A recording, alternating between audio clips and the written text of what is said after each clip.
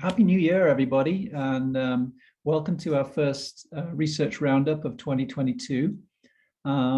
We typically spend our first get-together thinking closely about the humanities, and in the past we've had our speaker visitors in person, but we're really happy to be together, at least virtually today. For those of you who I don't know, and I think I've met just about everybody, but my name is Duncan Lorimer. I'm serving as the Associate Dean for Research here in the Eberly College. Along with me today is Erica Bentley, our Director of Pre-Award Services, Leah Herron, our Grants Administrator, and I'm really happy to see our three research assistants, Stone Shaldenbrand, our newest recruit, Claude Akins, and Lee Thorpe is here as well. So there's the six of us, as you know, provide research support to you all throughout the college and throughout the year. But we're really happy today to be joined by Erin Riebe, who is serving as the Grants Administrator for the West Virginia Humanities Council. So as you probably know, Erin directs everything related to grants at the Humanities Council, and she's going to be here today to explain their grants process, recent changes to the grants, and to answer your questions. So just as a bit of additional context, the West Virginia Humanities Council regularly funds a number of projects across Eberly and the WVU. We have several fellowships each year that get funded by the council. They offer mini grants for events and major grants that have supported public history and exhibits throughout the university and the state. So we're going to learn about those and many other things, I'm sure, today. As Erin is giving her presentation, please feel free to put questions into the chat, and we'll get to them later on in the presentation. So without further ado, I'll turn it over to you, Erin. Thank you. I'm going to go ahead and share my screen here. Oops, that's not working. Hold on just a second. Well, now I did it. Hold on.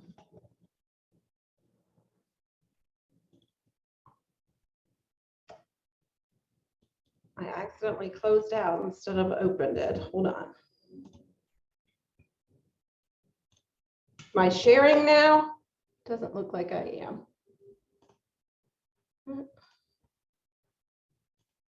Okay, hold on, just now we go. All right, am I sharing now? All right, let's do it. There we go. So yes, I'm with the Humanities Council, and for those of you that don't know, the council is a statewide nonprofit that is private. We're a private organization. We're not associated with the state of West Virginia. I get that quite a bit. So just to clarify that, we've been around for about 48 years now, and I've been at the council for 6 years serving as the grants administrator. I came from the world of historic preservation before here. So we have 7 types of grants.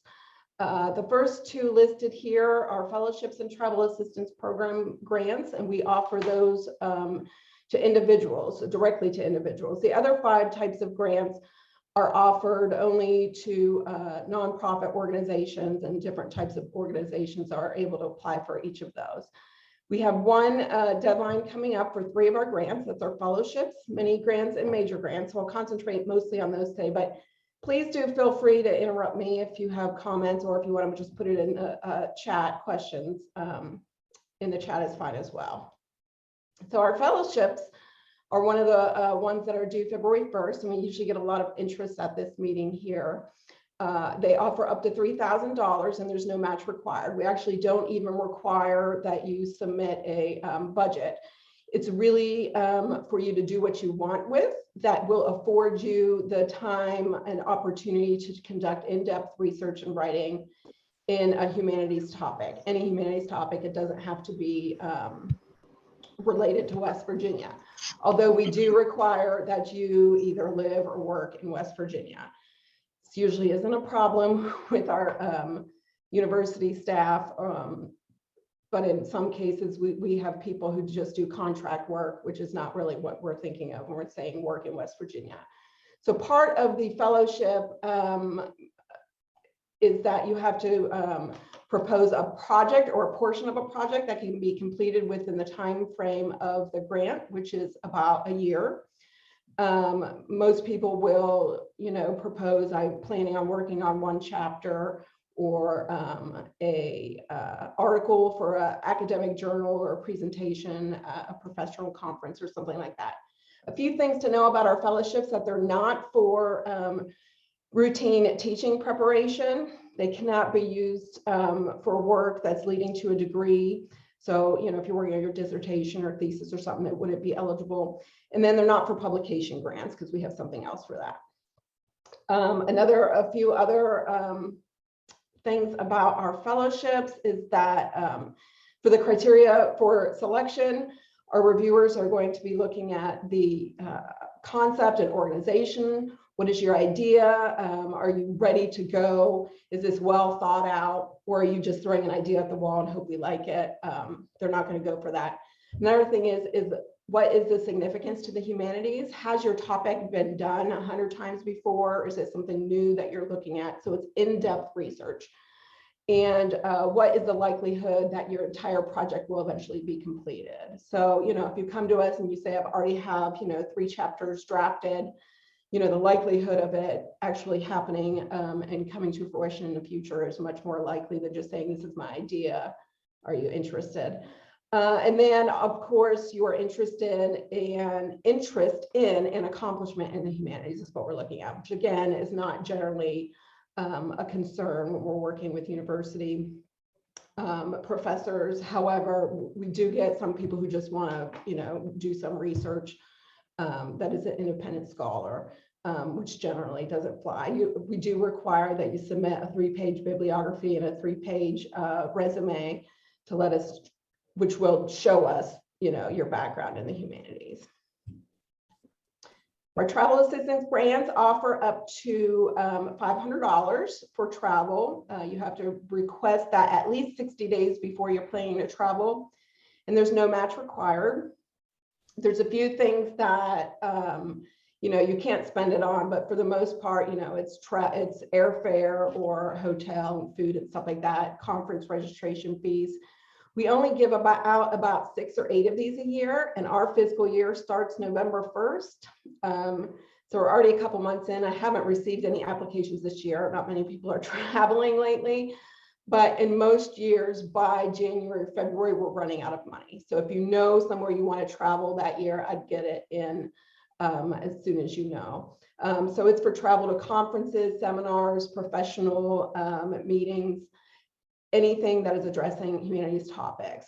These are reviewed in-house by 3 staff members. What we're looking for is, what is the benefit to you, your organization, because you have to be associated with a West Virginia nonprofit. So in this case, it would be, your department at WVU. And what is the benefit to your community? And your community may be your local community, but it may be, your discipline in your field.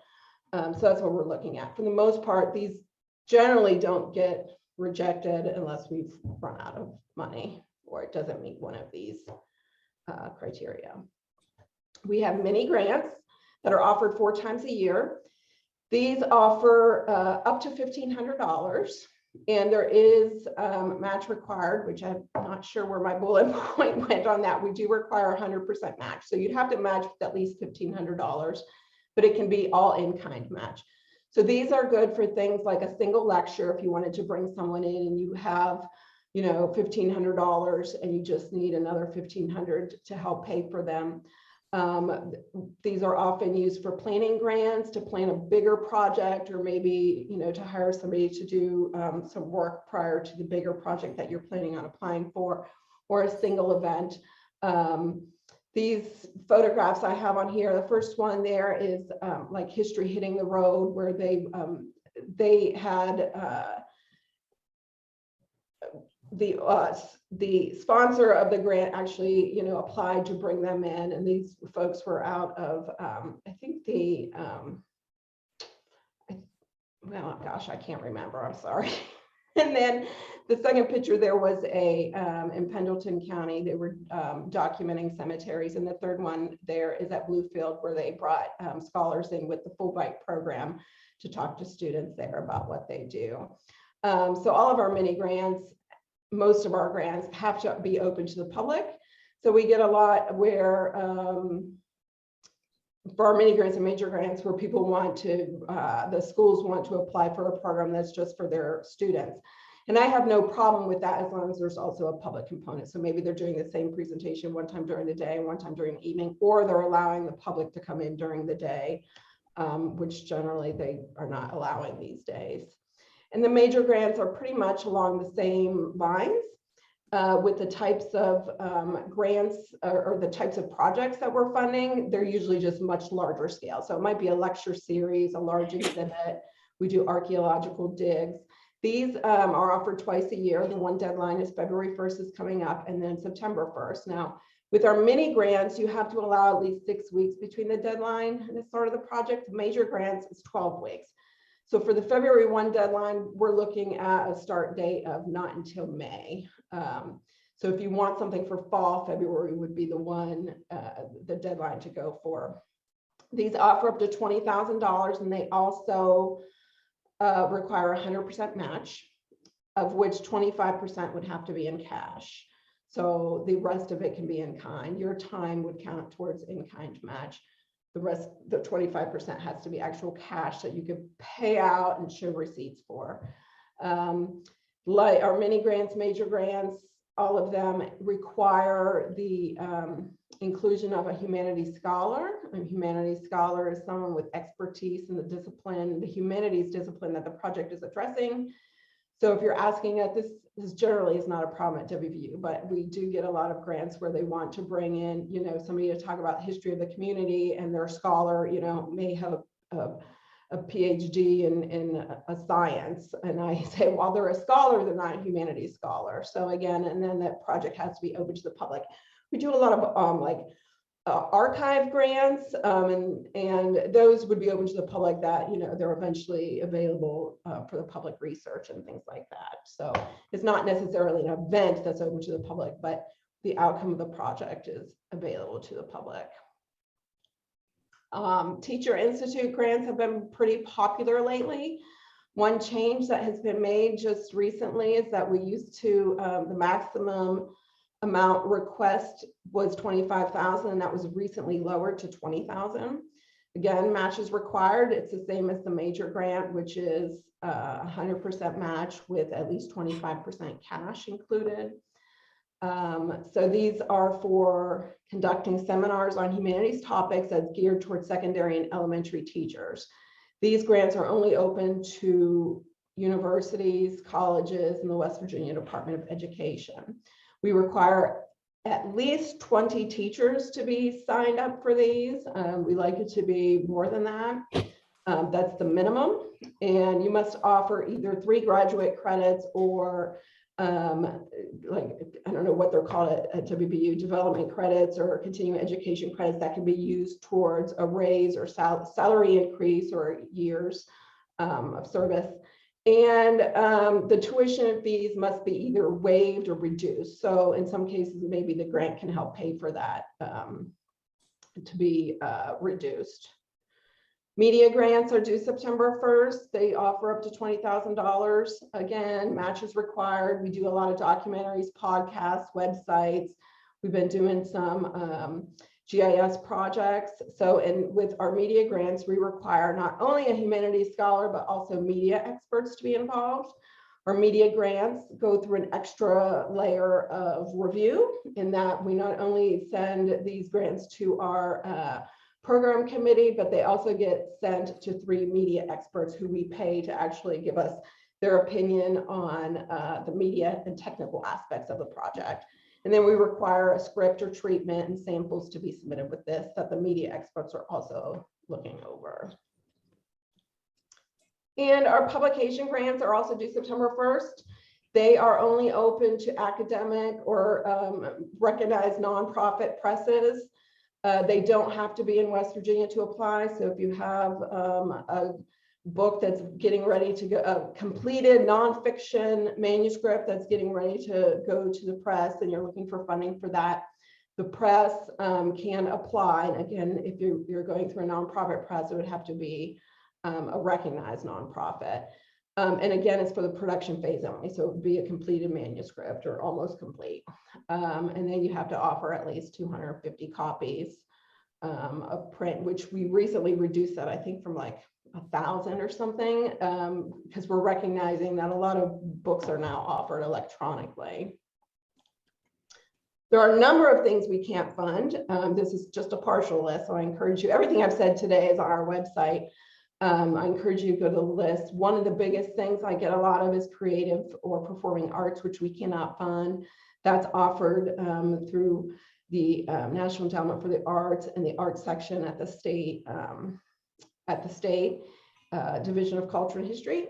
We can't fund it for fundraising, for-profit projects, and regular staff salaries are considered. We can consider it only as in-kind cost share. So the time that you spend on the project cannot be included as part of the grant request and cannot be included as cash cost share. And then anything that took place before the grant award, and again, that's a 12-week period for our major grants, fellowships.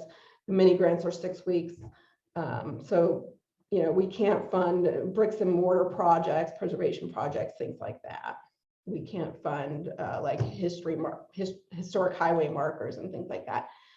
So this is hopeful, wishful thinking. I included this picture at the end. This is actually our building where we work. And if you remember at the beginning, I included a really snowy one, which is what we had last week. Please feel free to call me or email me if you have questions after today. I'd be happy to you know, work with you on your application. And I always finish up every conversation I have, every email I have with, I'd be happy to review a draft application at any time, or any versions of a draft or parts of your application. I think conversation early and often is the way to go. I do get busier the closer we get to the deadline, February 1st. And the NEH has decided to make every deadline we have on January 31st. So I'm going to be very busy this year, but I'm willing to look over any application that you have or answer your questions. And we have a few questions in the chat. Yeah, thanks, Erin. Could you talk about the limitations on fellowships? I know both in terms of how many people can apply for, as well as I know there's a limitation in terms of how long ago you've received a fellowship. Right. When you can apply again. You can apply for, you know, if you haven't been funded, you can keep applying. You can only be awarded a fellowship like every third year. So if you receive one, you would have to take 2 years off from applying. With regard to the rest of our grants, you can apply for as many as you like.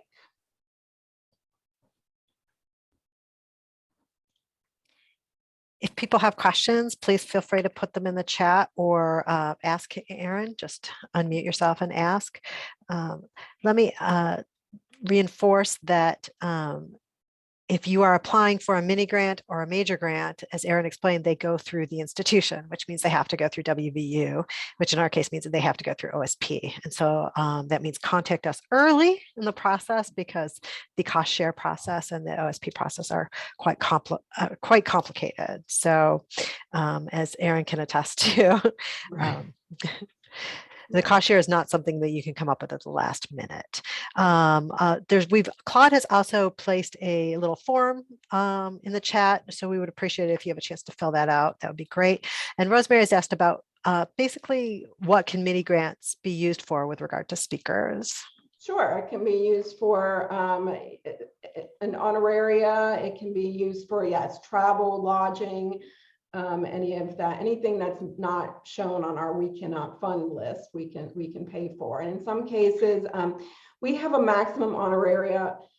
When our guidelines were written, we say $1,000 for a keynote speaker and $300 for everybody else. You know, massage that as you will. If you're just bringing in one speaker, you can pay them, you know, up to $1,000 from the grant. They may request more than that. In some cases, we have projects where they're not really speakers, but they're bringing in maybe a group that has a fee that's more than that. And I, you know, always say, you know, if that's their fee and it includes all their travel and everything, then we just put that like in the other category. And And that's where we put that kind of stuff. But yes, we can pay for travel on top of the honorarium. And that can include per diem for the speaker, correct? Sure. Mhm. Okay. I think we allow like $50 a day per diem. Lodging costs, we allow up to $100 a night. If it's more than that, then it can be cost share. Which is another reason to talk to us ahead of time, because they do have different rates than our regular rates. Could you also talk about, we get a lot of proposals, I'm sure, from Charleston and from Morgantown. Can you talk a little bit to people about successful proposals that have reached out beyond those areas? Well, you caught me off guard. No. We've received, in recent years, we received lots of fellowship applications actually from WVU, and I think it's mostly stemming from this type. How many January lunches have we done here now? I've been here now 6 years, so this is probably my 5th one in January coming. But I would say the people who work with us early, get funded more often. And this may be true more for our mini and major grants and fellowships. Fellowships are a different kind of application, and where you're explaining your project and it is what it is, and there's not too much to change. Because the biggest issue I have with other types of grant applications is that the budget there's major concerns with the budget, which with our media and major grants. I will say with our fellowships, and I mentioned one thing earlier, that if you're just throwing ideas out and hoping that our reviewers like it, it's less likely to get funded than somebody who's much further along in the process and is moving forward with, a book or an article, and they've done their research and they have their bibliography ready to go. The other issue with fellowships is sometimes jargon. You understand what you're saying, but I come from historic preservation, I may not. So put it in plain English. And I will also say about our fellowships that they also, like our media grants, go through an extra layer of review. Our our fellowships are reviewed by 3 to 4 members of our committee who come from the academic world. So they're your colleagues, but they may be somebody, you may be have a history project. They may come from the English department and, have much different ideas. So know that before it goes to our whole committee, which is 22 people, it's being reviewed by 3 or 4 academics from our committee who's making recommendations to the whole committee. I guess what I'm hinting at, Erin, is we've had projects that work with other counties, out in Pocahontas County and some other public history type projects come out of WVU. So that's something for all of you to keep in mind as you're planning. Amy raises a question about archaeological digs, and that's not something people are used to seeing funded under humanities. Can you tell us about what you do fund for that? We've done a lot of archaeological digs actually in the past, and we have not.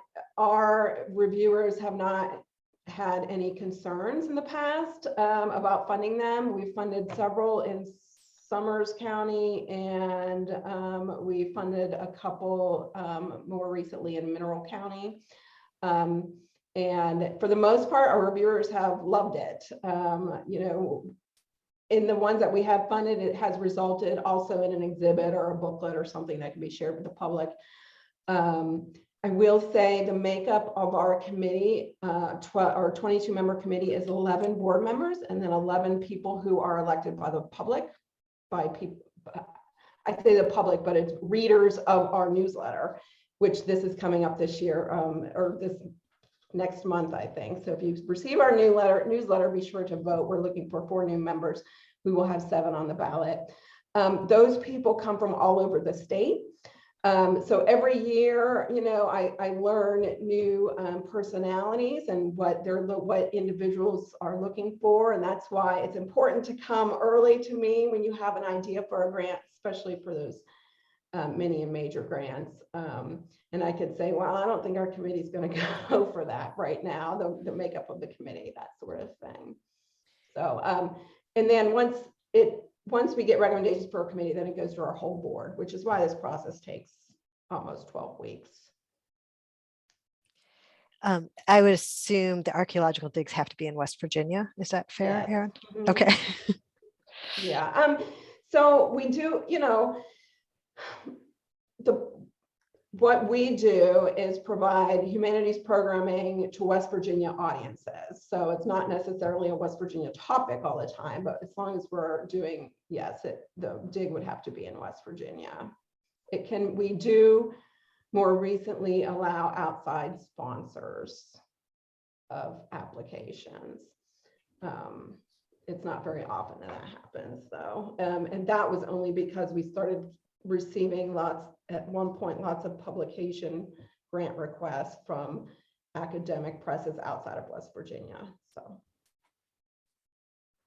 You've mentioned that people have had trouble traveling, right? And we have the same situation here and in trouble with doing in-person events. Can you talk about some successful digital events or ways to reach the public digitally that people might consider for their proposals? Sure. Well, we funded through a Teacher Institute grant, the Bird Center in Shepherdstown at the Shepherd University, where they had planned to do small teacher institutes throughout the state, and they went virtual and were able to serve many more people, educators throughout West Virginia.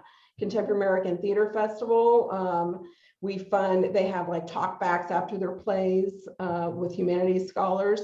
So a lot of that took place virtually during the pandemic, and they were able to reach a lot more. Well, as things eased a little bit, they did some of that in person. They were able to move it outside, and with some of our emergency relief grants, we were actually able to provide them with some funding to have some outside events that also were offered virtually.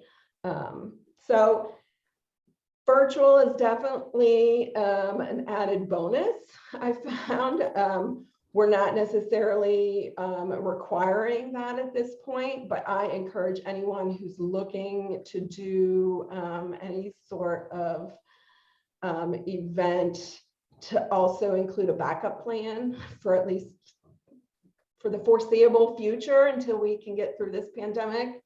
It was especially important last year, this cycle, to include that because the fall before, in the fall of 2020, we had several applications, for this spring, and our reviewers were like, "There's no backup plan. What's the plan here?" So, if you are planning something like that, make sure there's a backup plan.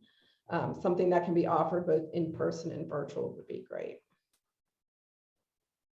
Of course, with a lot of our applications and projects like this, our reviewers are going to look at, cost per person ratio. What's your audience and how much is it costing us? So if you're going to serve, you estimate 100 people versus a similar project that may serve, 1,000 people, that makes a big difference for the same amount.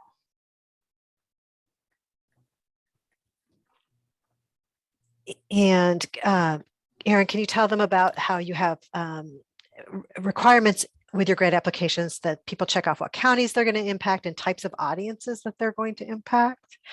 Sure, right. We do. We do have on our application, what your program is geared towards. So we are looking, one of the things our reviewers are looking for when they're looking at the applications is if it will serve an underserved audience.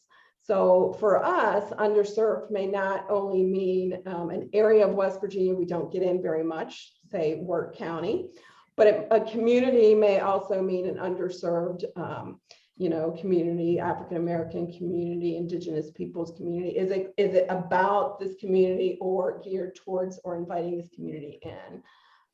So if it comes down to, you don't really get, brownie points for that in the review process, but if it comes down to 2 applications that are equally great and one is going to really serve an underserved community or audience, that one's much more likely to get funded. So if you can say, we're going to have this event in Morgantown, but we're going to offer it to, to go on the road to, these counties, that's only a plus for the project. Rosemary, I see you shaking your head. Rosemary has been through 1 review cycle, I think 1 or 2. Do you have anything to add here as as a board member? Oh, I just want to emphasize what I put in the chat, that Erin really means it when she says she's happy to answer any questions that you've got and to help you put your application together in the process. And I will say that Leah and the folks in her office are too, right? I know that I don't know about you all, but I am, as a humanities person, the budget piece of any grant application is what terrifies me and mystifies me. So I will say that Leah and her folks are great about that. And Erin is happy to talk to you too about how to put a budget together. Obviously, that's not a consideration for the fellowship, but for the others, that I know can sometimes be so intimidating that it might keep you from even applying, but there's definitely lots of help to help you figure out how to put that part of the application together. And thank you, Rosemary. As far as the budgets, please do talk to us well ahead of time with these, because as I've mentioned, they have to go through OSP, but we also have to get cost share approval from your chair for a mini grant or a major grant, and that could take time as well. So definitely contact us, and we'll put you in touch with Erin as well. And you're right, Rosemary. She's great. She's very approachable as far as program. Leah, one more thing about the budget is, in recent years, well, it's been about a year, maybe 2 now, that we require the final budget. Once the project is over, the final budget has to come in with backup, showing for the grant expenditures, at least, you're required to keep everything at the cost share too for a period of a couple years.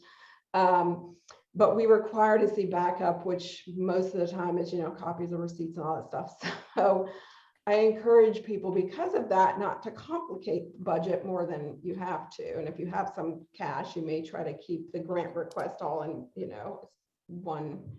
I used to say, vary the budget. We like to see varied budgets. And now I'm like, oh, it's a pain for some of our organizations that have huge projects. $20,000 is sometimes a very small part of a giant budget.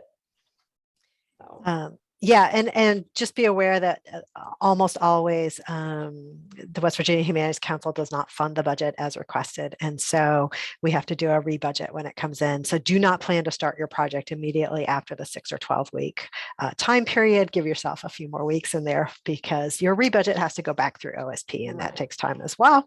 And then getting started. There are a lot of people on here who I know plan to apply. So Erin, can you talk to us a little bit about things that are unique to your application form, such as registering the application form, and what happens when multiple people try to have the form open? Sure. I'm going to share my screen. I'm going to share my screen again, if that's okay. Sure. And I'll show you our website. So this is what you get when you go to WVHumanities.org, and we have this drop-down menu here for our grants. And everything is here. So the first page will be about our grants, where you'll get to, what are the humanities? I know you all know what the humanities are, but I get a lot of requests for projects that will help humanity, like flood relief and stuff like that. So we have this definition on here. So these are our grants, all the grants I was talking about, with the deadlines after them. Some of them, this is a major grant, and we have the apply now. Some of the grants here, we have a read more. So if you're planning on applying, I definitely, the Teacher Institute has a read more, will take you to more information. So when you're ready to apply, you'll hit the apply now button here. It's on several other places on our website too. This is the easiest place. It actually takes you off site, where our applications are. So the first thing you will do is register for your application. And as you can see, there's little red boxes around here, which means those are required. You can't fill out anything else until the registration is complete. So once registration is complete, the application becomes active and you can start working on the project. Once it's active, you can bookmark the page, and that's how you can get back to it. Otherwise, you should, as soon as you hit register, get an email back within, a half hour, 15 minutes or a half hour with that same link. But I always, recommend you actually bookmark the page too. So you could share that link with whoever you want. However, it may explode or something if more than one of you are in it at once. I think whoever's in it first is probably the only person who's actually saving stuff. So I don't recommend you being more than one person being in it at a time. Everything is on here that you need to fill out. You'd go through here, the budget has some information here, but we also, on our website, under this grants drop-down menu, we have the general grant guidelines with a lot of the information I talked about today. What kind of things we fund, here's the we cannot fund list. I said there was a whole bunch of other stuff on here. And then if you keep on scrolling down here through some more information, there is right here, section 1, and explains what that is. Every section is outlined here with some directions. We have a troubleshooting guide here. So if your budget will not complete, because once you completed all of the required information in a section, it will say it's complete. But if you're saying, if your budget won't complete, check the troubleshooting guide, because most of the time you'll find the information on there. And somewhere on this website, we have a printer-friendly version of all these, all this information too. And then with the drop-down menu, we have, the how to apply, which is where you may find some sample awarded applications. And of course, managing your grants. Once it's awarded, that's where you'll find all your paperwork and things like that. So you apply online. If you want me to look at a draft, I recommend you use this print function here to actually save it as a PDF and then send me the PDF. It has the link on it, but I'd rather you not send me the link. I don't want anybody accusing me of going in there and changing your name or something like that. But that's how our applications work. You have to hit submit by midnight on the day it's due. So by midnight on the 1st, so you have all day on the 1st to complete it as well. And I don't know what day of the week that falls on, but even if it's a weekend, I'll be checking it there. So, but I highly recommend you get with Leah or whoever your grants person is early, because I know they've got quite a process there too. Yeah, and one of the main questions I get from people is, what do I put in that part for sponsoring organization? And I've just uploaded the link there to that information from the WVU research website because I get that every cycle on this. That's a question we get every cycle. And then, I plan to apply for a mini grant that's due in 2 days. Can I do that? That's another one we hear a lot. And the answer is no, it's not going to happen. So plan ahead. Even though they say mini grant, they're a lot of work for a very small amount of money. But they sponsored a lot of great things at the university. And Erin's slides showed a couple of books from our faculty. I don't know if you all noticed Ken Wolf's book and Travis Steimeling's book received funding from the West Virginia Humanities Council. And last February, we got 8 fellowships, which was quite a few. Out of 9. And we had a major grant for the West Virginia Feminist Activist Archive, which I'm probably saying wrong, but that is a very exciting project. I don't know how many of you are familiar with that, but you may want to check that out. It's a collaboration between the history department and the libraries. And the libraries were recently funded. I don't know, Erin, if you want to mention that project as well. They were funded for some Indigenous Appalachian exhibits and programming. And this was since I've been here, I think their first major grant from us. They've normally requested and received mini grants for small portions of the larger exhibits and programming that they were doing.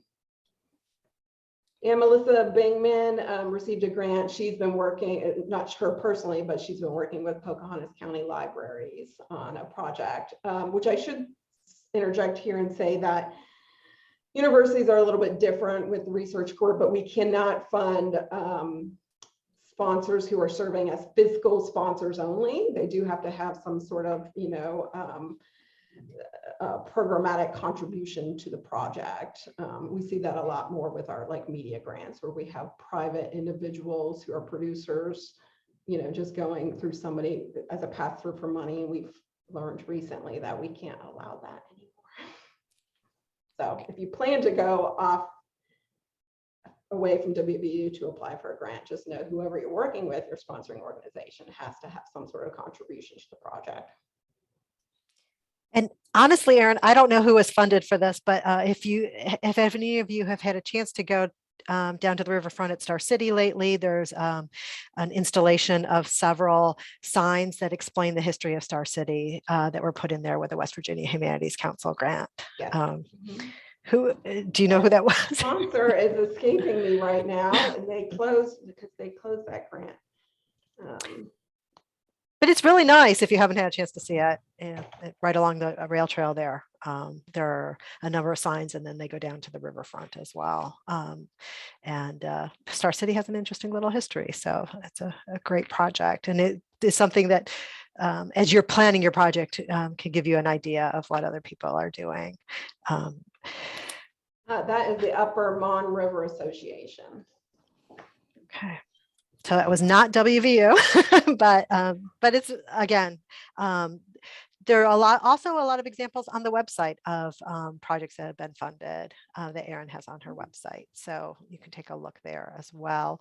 And they keep old press releases online, so you can see who has been funded and for what kinds of projects. All of that is on the West Virginia Humanities Council website. Are there other questions for Erin from anybody? I hope you're all inspired and planning ahead now. And one thing she does not get a lot of applications for are teacher institutes. And that's something that I would encourage a lot of you to think about for the future.